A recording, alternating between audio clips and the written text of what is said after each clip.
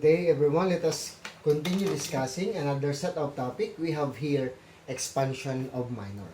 So, this expansion of minor, I already mentioned some portion dun sa ating cofactor of an entry in a matrix. We all know that the minor in a square matrix can be obtained by deleting the rows and columns in which kung saan nakalocate yung elements. Okay? Then after that, after you omitting the rows and columns kung saan nakalocate yung number mo o yung element mo, yung matitirang elements doon, you need to determine the determinants of it. Yung resulting matrix nun, ano? So, yun yung magiging minor natin. So, as per dun sa simple explanation ko, let us apply dito sa example natin, considering we have this matrix A. If we have this matrix A 3 by 3, or this one is nasa third order, pwedeng tawagin nating third order yung ating matrix. So, what is the minors of the first row? So, considering yung first row natin, bakit kailangan buong first row? Because we will use this kind of solution in determining yung mga yung determinants ng malalaking matrix na. Let's say 4 by 4 matrix or maybe 5 by 5 matrix. So, we can use this expansion of minors in determining or obtaining determinants of a higher order determinant. Okay? So, let us proceed. So, considering the first row, we have 2, negative 3, and 1. What is the minor of 2? What is the minor of negative 3? And what is the minor of 1? So, as per dun sa definition or dun sa illustration na in-explain ko kanina, yung minors, you need to delete yung rows and columns kung saan nakalocate yung element niya. Oh, these two, ang location niya, nandito siya sa first row. Yan. And nandito siya sa first column. So, ibig sabihin, ang matitira doon is 1, 4, 3, and 6. Kasi kailangan mo i-delete yung first row and the first column.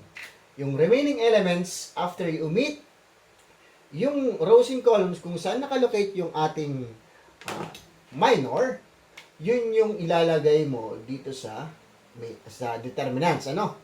So, hanapin mo yung determinants ng 1, 4, 3, and 6. So, 1 and 4, 3, and 6. Then, hanapin mo yung determinants nito. So, we have 2 times 6, 1 times 6, 1 times 6, minus 3 times 4. 3 times 4. So, we have here 6 minus 12. This is equals to negative 6. Yan. And the minor of negative 3. So, we need to delete the first row and second column naman siya. Okay? So, matitira is 5 and 4. 5, 4. Then, negative 2 and 6. Negative 2 and 6. Then, obtain the determinants of it. Okay? So, 5 times 6. The negative 2 minus negative 2 times 4. Negative 2 multiply this by 4. So, here, we have 30, negative times negative will be positive, we have 38. Positive 38. Okay? And the last element, dun sa first row, yung 1, delete yung first row and then yung third column. So, ang matitira dito is 5 and 1. Then, negative 2 and 3. Negative 2 and 3. Then, determine the determinants of this. So, 5 multiplied by 3, negative 2 times 1 minus negative 2 times 1. So, this is now equals to 15 plus 2 will be equals to 17. So, this is the minor of 2, negative 6. 38 is the minor of negative 3. 17 is the minor of 1. Yung buong first row yon. So, how about kung cofactor ang hahanapin? So, ilagay ko na dito kasi we will use the cofactor also dito sa ating susunod na topic. Yung expansion of minors na tinatawag. Yung solution gagamitin natin dun sa determinants. So, since we have already minors, so hanapin natin yung cofactor niyan. Di ba ang cofactor, you just need to multiply yung sign. Cofactor. So, ang cofactor ng 2. So, ang location ng 2 is nasa first, mamultiply mo lang naman to ng negative 1, di ba? Negative 1 raised to I plus j. Yung location niya is 1 plus 1 kasi ang first row, di ba? If you still recall, yung 2 that is represent as A, I, J, di ba? Yan. So, hanapin mo yung I and J that is, yung I that is your row, yung J that is your column. So, since yung 2 nasa first row and first column, therefore, your I is equals to 1, your J is equals to 1. So, di ba meron tayong multiplier na negative 1, negative 1, yan, raised to I plus J or 1 plus 1, di ba? So, this is positive, di ba? Negative 1 raised to even number, that is a positive. So, times negative 6, that is equals to, cofactor to, that is negative 6 pa rin naman siya. So, the cofactor of 2 is negative 6. O, ganun din naman to. I-multiply mo lang to ng negative 1 raised to yung I and J mo, nung negative 3. First row, second column. So, 1 plus 2. So, this is equals to odd numbers naman siya. So, magiging negative. So, negative 1 times 38. So, we have negative 38. Okay? We have negative 38. How about itong nasa last element ng first row? So, negative 1 raised to first row, third column naman siya. So, 1 plus 3. And this is equals to even number. So, magiging positive. So, times positive 17. This is still positive 17. This is the cofactor of 2. Cofactor of negative 3. Then, the cofactor of positive 1. So, before that, ito yung ating minor. Ito naman, after you multiply ng sign, cofactor na ang tawag doon. Okay? May simple illustration kung ano yung sign. Depende sa inyo kung saan kayo komportable. Ano? Di ba yung first location is 1 plus 1 yan. Ibig sabihin negative 1 raised to 1 plus 1 itong first row, first column. So, ibig sabihin may 1 plus 1 ka dyan, di ba? Ibig sabihin even number yan. So, kaya ang result dito magiging positive yung multiplier mo, di ba? So, dito naman sa pangalawa, 1 plus 2. So, ibig sabihin, odd number naman siya. Magiging negative yung result nito. So, alternate lang yan. Ano? Gamitin nyo na lang ito kung mas komportable kayo rito or ito. Depende kung saan kayo mas komportable gamitin. Ito kasi basic to. Ano? Kumbaga ito, hindi ka mawawala. Ito kasi minsan, kumbaga, siguro pang check mo na lang na this one will be, the sign must be multiplied dun sa minors in order for you to determine the cofactor. Kaya kung mapapansin nyo, negative 6 times positive, di ba? Nasa first positive. Kaya, negative 6 pa rin. Positive 38 times yung location ng negative 3 is nasa negative sign. So, negative times 38 kaya negative 38. Yung 1 mo naman is positive yung location. Positive times positive 17, still positive 17 pa rin. O, di ba? So, ganun yung pwede yung kumbaga, may pattern kang guide in order for you to check kung tama yung multiplier mo na sign dun sa minors in order for you to answer kung ano yung cofactor nung element mo ng nasa first row. 2, negative 3, and 1. I hope this is clear dun sa expansion of minors. We will use this one in solving the determinants of 3x3 matrix, 4x4 matrix, pwede pang maging 5x5 matrix. So, kung paano yan, let us proceed dun sa ating susunod na set of illustration dito sa expansion of minors. Okay? Okay, let's continue dito sa ating expansion of minors. We have here example number 1. We will evaluate this 3x3 matrix.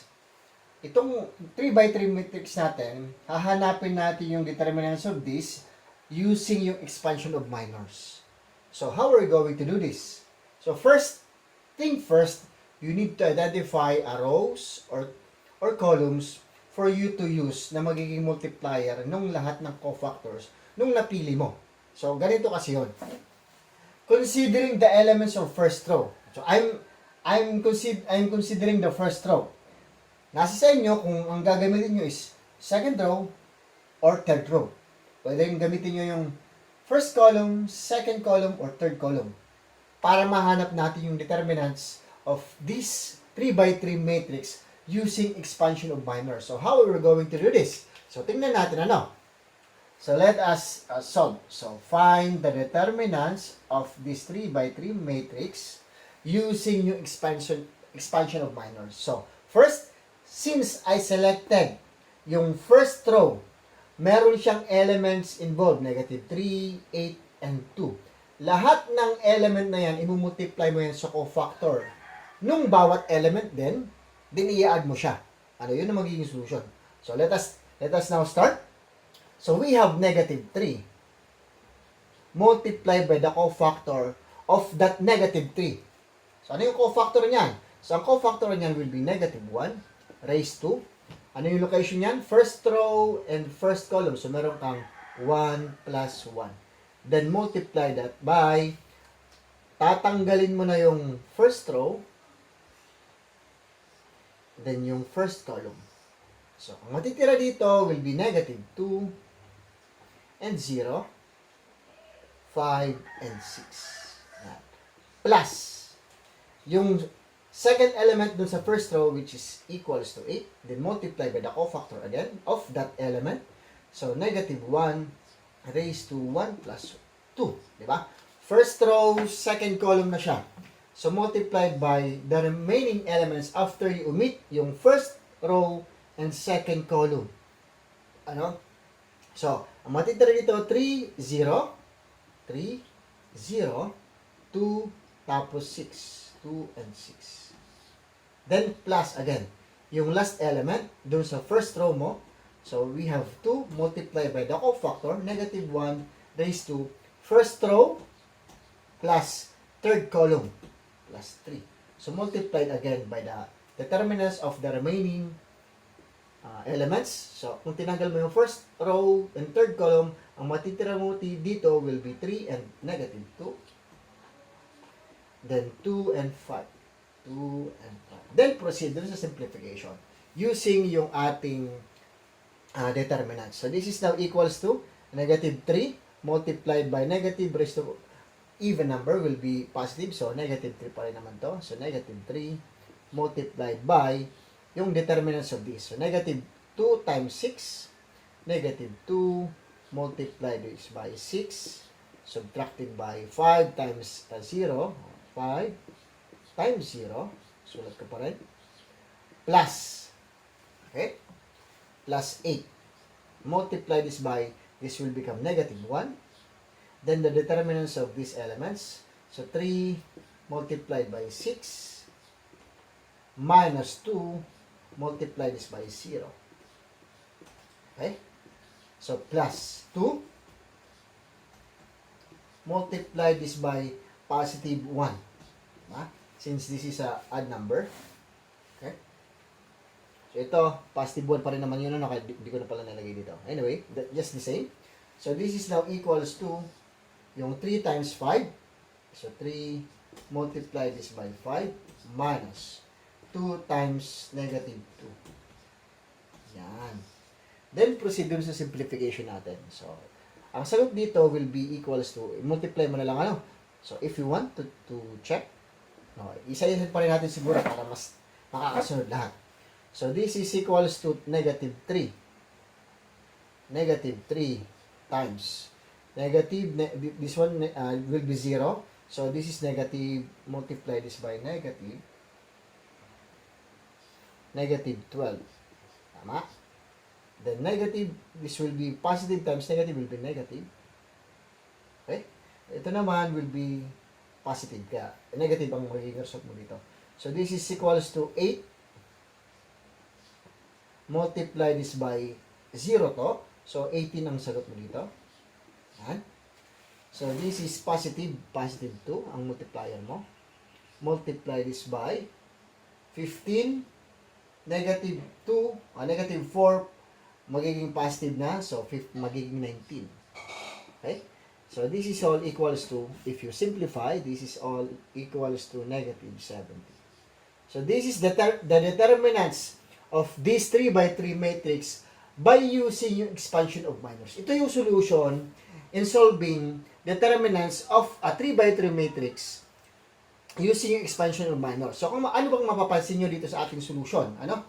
So here, meron tayong ibang, yung ordinary solution natin, yung original solution natin ginamit is yung using yung Leibniz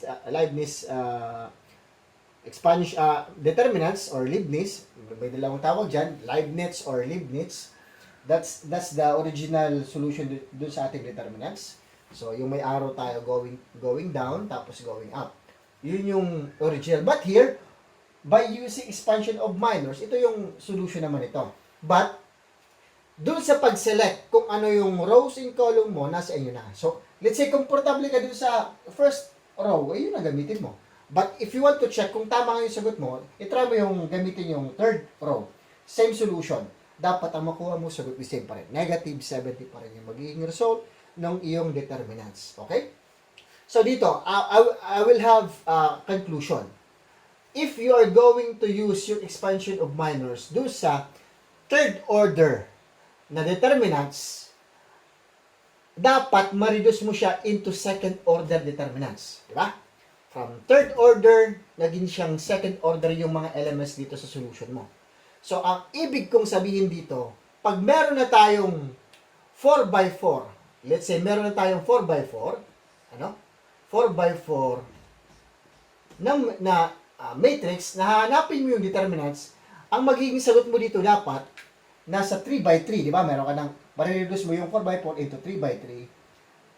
O, 4 yun, di ba? So, ibig sabihin, 4 rin yung magiging multiplier mo. Kasi magsisali ka ng 4 na elements kung first row, kung second row, or third row yung pipiliin mo. So, 4 na elements multiplied by a 3x3 matrix naman siya. Ngayon, depende sa question ano. Let's say yung tanong dito is reducing yung 4x4 into third order. Ano? Yung 4x4, fourth order determination. If the question is asking determining the determinants until dun sa third order determinants, ibig sabihin hanggang dun ka lang sa makakuha ka ng 3x3, then proceed dun sa simplification. Pero halimbawa yung asking is from fourth order determinants, you need to find the determinants reducing that fourth order determinants into second order determinants. Ibig sabihin, doon sa nakakuha ka ng third order, so i-reduce mo siya hanggang sa maging second order yung determinants mo. So, mahaba yung solution pag yung ang 4x4 matrix is merong specific na question na hiningi. It's either i-reduce into third order or second order na determinants yung hanap. Ito, nagawa natin from third order, naging siyang second order yung determinants na involved na in solving the determinants of this 3x3 matrix. Hopefully, naintindihan yung concept nito. Anyway, yung concept nito, ganun at ganun pa rin naman. Pipili ka ng rows, then, imumultiply mo siya, yung bawat element, nung cofactor, then i-add mo siya. Ilang elements yun, since tatlo to, i-add mo siya after you multiply it by the cofactor of that element. So hopefully this is clear pagdating dito sa evaluation or evaluating determinants using yung expansion of minors. Okay? So let us proceed. I will give a 4x4 matrix after example number 2 natin. So let us proceed dun sa example number 2. Okay, let us solve example number 2 under expansion of minors. Here, we have a given fourth order determinants because of the size 4x4. Now, we will apply still yung expansion of minors, but this time, we will reduce this fourth order determinants into third order determinants. So, how are we going to do that? Same thing dun sa ginawa natin dun sa example number 1, which is from third order determinants, na-reduce natin siya hanggang dun sa second order. So, let us start. First, we consider elements inside dun sa determinants mo.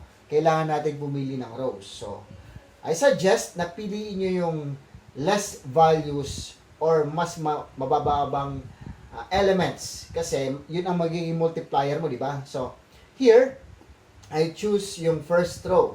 Okay? So, nasa inyo pa rin, ano? So, mas komportable kung meron kayong naka-fix na elements. Kumbaga, yun at yun ang gagamitin nyo para, kasi pag nasanay kayo ron, mas komportable kayong gagawa ng solutions. Here, I will choose yung first row. So I have here 2, negative 2, negative 1, and 3. Yan ang gagamitin kong multiplier dun sa lahat ng magiging cofactor after I omit yung location ng bawat elements dun sa first row. So let us proceed now in solving the determinants using expansion of minor. So, kagaya lang naman dun sa example number 1. Same lang ang gagawin natin dito. So first, identify kung ano yung elements. Yung first element natin sa first row is 2. So meron tayong 2. Multiply this by the cofactor. So, yung location mo na yan, negative 1, yung sign. First row and first column. So, 1 plus 1. Then, multiply by the determinants of the remaining elements after you omit kung saan yung intersection nung row, nung location mo, yung row, tatanggalin mo, itong row na to, tapos itong column na to. Kasi andun yung first element mo, which is yung 2. Tanggalin mo yon. So, ang remaining dito will be 6, 0, negative 1, negative 2, 5, 7, 3, negative 3, and negative 4. So, just copy. 6, 0, negative 1, negative 2, 5, 7, 3, negative 3, and negative 4. Yan. Then, plus. Yung next element mo, negative 2. Negative 2. Okay? Then, multiply this by negative 1 again. The cofactor of that negative 2, nasa first row, plus nasa second column siya. The second column.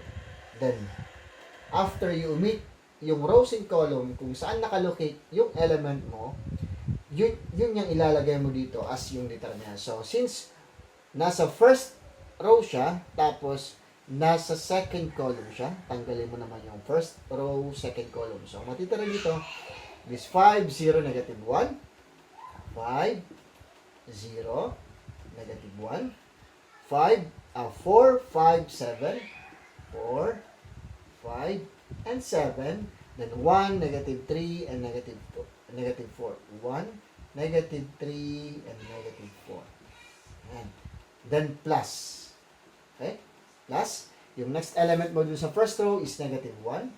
Then multiply by the cofactor of that element is negative 1 raised to nasa first row and nasa third column na tayo, plus 3. So, tanggalin mo naman tong portion na to saka yung first row. So, ang matitira is 5, 6, negative 1. So, multiply mo na siya. 5, 6, and negative 1. 4, nasa third row na tayo, no? 4, negative 2, and 7. So, 4, negative 2, tapos 7. Next, 1, 3, and negative 4. So, 1, and 3, then negative 4. Okay, solve na tayo. Let us double check. Nasa third column tayo, 5, 6, negative 1, 4, negative 2, 7, then 1, 3, and negative 4. Okay? So, let us proceed dun sa last element. So, this is plus 3. Multiply this by the cofactor, negative 1. Yung last element mo, yung location, nasa first row, and nasa last column siya, or nasa fourth column na siya. So, here is 1 plus 4. And multiply this by the remaining, ito na lang. Ano? Tanggal na yung first row, tapos yung fourth column mo, ibig sabihin 5, 6, 0. 5, 6, and 0. 4, negative 2, and 5. Ito. Then 1, 3, and negative 3. 1, 3, and negative 3. Yan. So, after this, you simplify na. So, hanapin mo na yung determinants nitong portion na to, determinants, determinants, determinants, then multiply dito sa multiplier mo. O, yun ang magiging sagot mo na dito. So, hindi ko nasosolve dito yung determinants, alam niyo naman siguro, in solving determinants, on this particular given determinants 3 by 3. So, solve using yung conventional method, yung Leibniz methods natin, o yung original na solution natin dito, gamitin nyo na dito. So here, ang magiging sagot natin dito will be negative 156. Okay? So, please, pakisolve na lang nito dun sa inyong lecture.